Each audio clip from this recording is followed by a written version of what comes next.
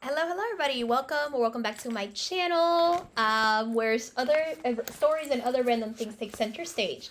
So I hope you guys are having a fantastic Monday morning so far.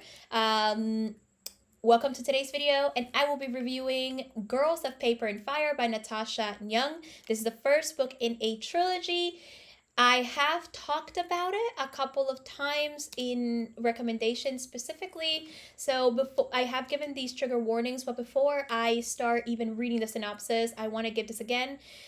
This book does contain sexual assault. So if you are if it affects you in any way, I would suggest that you at least know this. I think it kind of implies it even before it kind of starts up. There is not the scene specifically that it comes up in through our main character's point of view is not explicit. We don't get an explicit scene where there really is sexual assault, but it is the beginning of something, and it is very much implied throughout the book. So do what is best for you, but the book does contain sexual assault. The other books also contain some content triggers that I will be warning you about in the as I review them. But I will say that if you listen to the audiobook, they do give you the trigger warnings in the audiobook. So I don't know if the print versions do, but I do know that they give you the trigger warnings in the audiobook. So, and that is the way I ended up consuming the story. So just in case you need it, the audiobook is in Audible. I don't know if for any of my blind viewers it's in NLS Bard, but I do know that it is in Audible, and I'm not sure if this book is on Bookshare for anyone who wants to read it that way as well. But before that happens, I want to make sure I warn you guys that this is that there is a thing for that. So anyway, let's begin. Okay. Each year, 8 beautiful girls are chosen as paper girls to serve the king. It's the highest honor they could hope for. Wait, what? And the most demeaning. This year, there's a ninth, and instead of paper, she's made of fire. In this richly developed fantasy, Lay is a member of the paper caste, the lowest and most persecuted class of people in Ikara. She lives in a remote village with her father, where the decade-old trauma of watching her mother snatched by royal guards for an unknown fate still haunts her. Now the guards are back, and this time it's Lay they're after. The girl with the golden eyes, whose rumored beauty has piqued the king's interest. Over weeks of training in the opulent but oppressive palace, Lay and 8 other girls learn the skills and charm that befit a king's consort. There, she does the unthinkable. She falls in love. Her forbidden romance becomes enmeshed with an explosive plot that threatens her world's entire way of life. Lay, still the wide-eyed country girl at heart, must decide how far she's willing to go for justice and revenge. Okay, so just one thing I want to make clear. I think there is something that the description got wrong, definitely, and that is that the golden eyes have captured the interest of the king, and they do eventually, but if we're being honest, it actually mainly captures the interest of one of the characters, and he's the one that knows that finds her. So just thought I'd make that clear, because I feel like that's a bit of a thing that kind of lies a bit in the description. So Overall, I will say I did enjoy this book. I originally, when I read it the first time, I gave it 5 stars, but reading it a second time, I did lower my rating to 4 stars because there were things that just I didn't fully love about this. I remember reading a review where one of the complaints, sorry, but Aylin was speaking, where one of the complaints was that Lei was a very passive character. I don't usually read reviews, but I remember reading this one like maybe 2 years ago, so I thought I'd mention it, but I don't usually read reviews before I review my book. Maybe I should react to reviews at some point. That'd be really fun. But I remember them mentioning that she is a bit of a passive character, and that is true. Overall, she is a very passive and reactionary character. Like everything that happens, she kind of reacts to, and she doesn't have, in this book, she doesn't have much of anything, barely any type of strength. And I actually think, because I consumed it as an audiobook, that the narrator captures her passivity so well as capturing the strength of other characters very well too. So I think the narrator's voice, I think this woman's name is Alison Hiroto. Yeah, Alison Hiroto.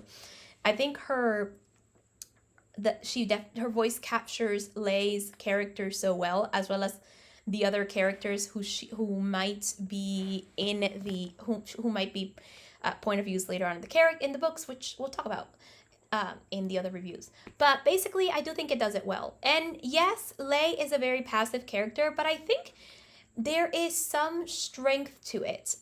If you watched yet, it'll be out by now, but if you watched my Naruto reviews so far that I've done, I said that Sakura has a very slow progression arc.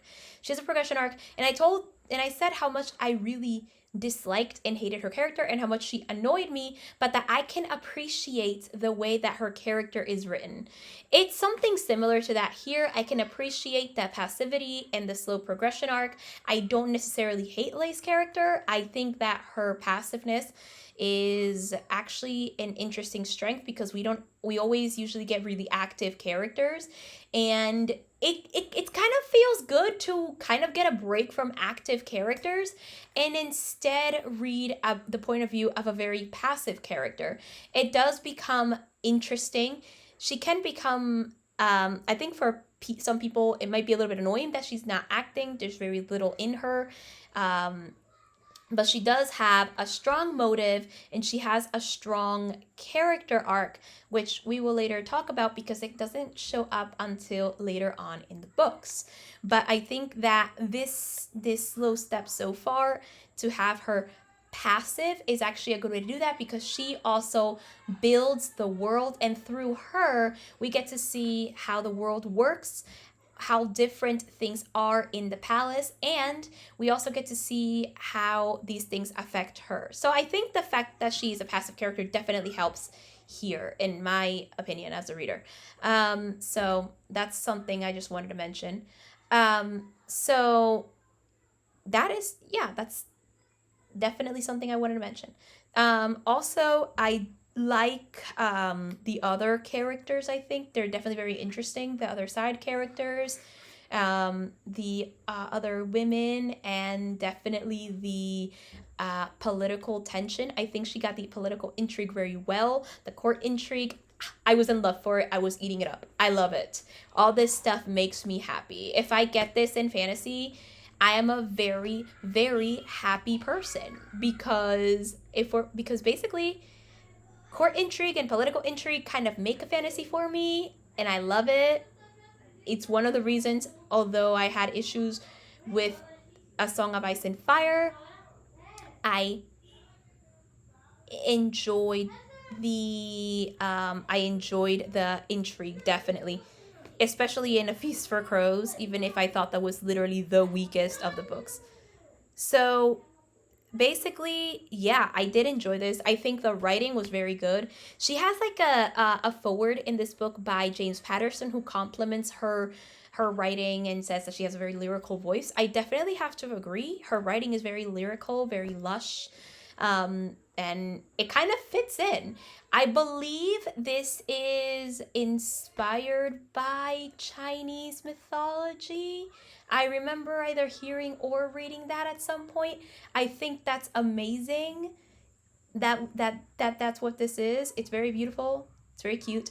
I like it a lot. I enjoyed the basically the magic system that is kind of touched on here. It's very interesting. There are a lot of things I enjoyed, but the one thing I did not enjoy, and this is where my criticism comes in the book, was the romance. I felt like the romance just didn't fit in here. It didn't make any sense here. It felt out of place because the characters, and by the way, don't get me wrong, I love female romances. Again, One Last Stop is one of my favorite books. It definitely one of my favorite books of the year.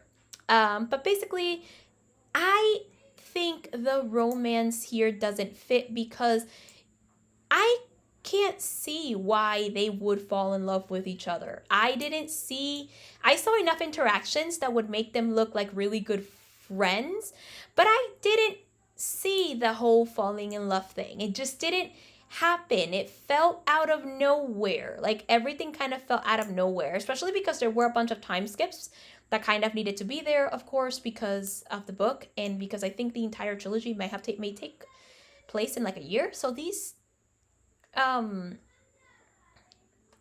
time skips make sense, but I don't feel like I got the full scope of the romance, and I definitely feel like that is out of place here. So I feel like the romance here just, it doesn't work. I feel like it doesn't work, and I feel like if they would have been just friends, it would have been awesome and it would have been great, but I don't feel like the romance worked here. There is, I know, like a conversation in the book about how natural it is for the attraction to come, like it falls naturally, but there has to be more than just a natural attraction or a general attraction to someone, I feel, to fall in love. And I don't think the book just did it for me. I think the book kind of, it didn't do that. It was missing. It was missing a bunch of things for me to feel some form of, for me to feel any form of attachment to these characters. I don't know, or to the romance anyway. I felt attachment to the characters, but I felt no attachment to the romance. I like these characters individually, but I don't like them as a couple because I didn't feel it. So that is my review. So I gave it 4 stars for that. It was definitely great world building, great writing, great character development, but not a good romance. And if you're going to have it as a subplot, it should be developed more than what this was. So those are my thoughts. Let me know what you think of Girls of Paper and Fire. Tomorrow I will be back with Girls of Storm and Shadow, which is the second book. I have definitely some thoughts on that as well. And I'll be back with that tomorrow. But until then, goodbye for now and consume stories.